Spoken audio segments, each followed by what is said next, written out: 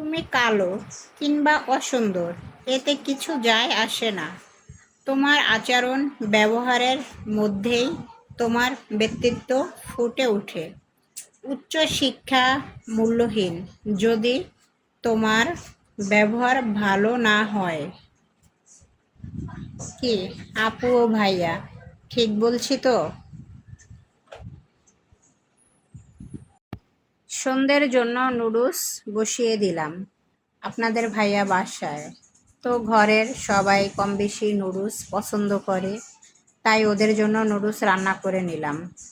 তো তোমরা সন্ধে আজ কে কী খেয়েছো অবশ্যই কমেন্টে জানাবা।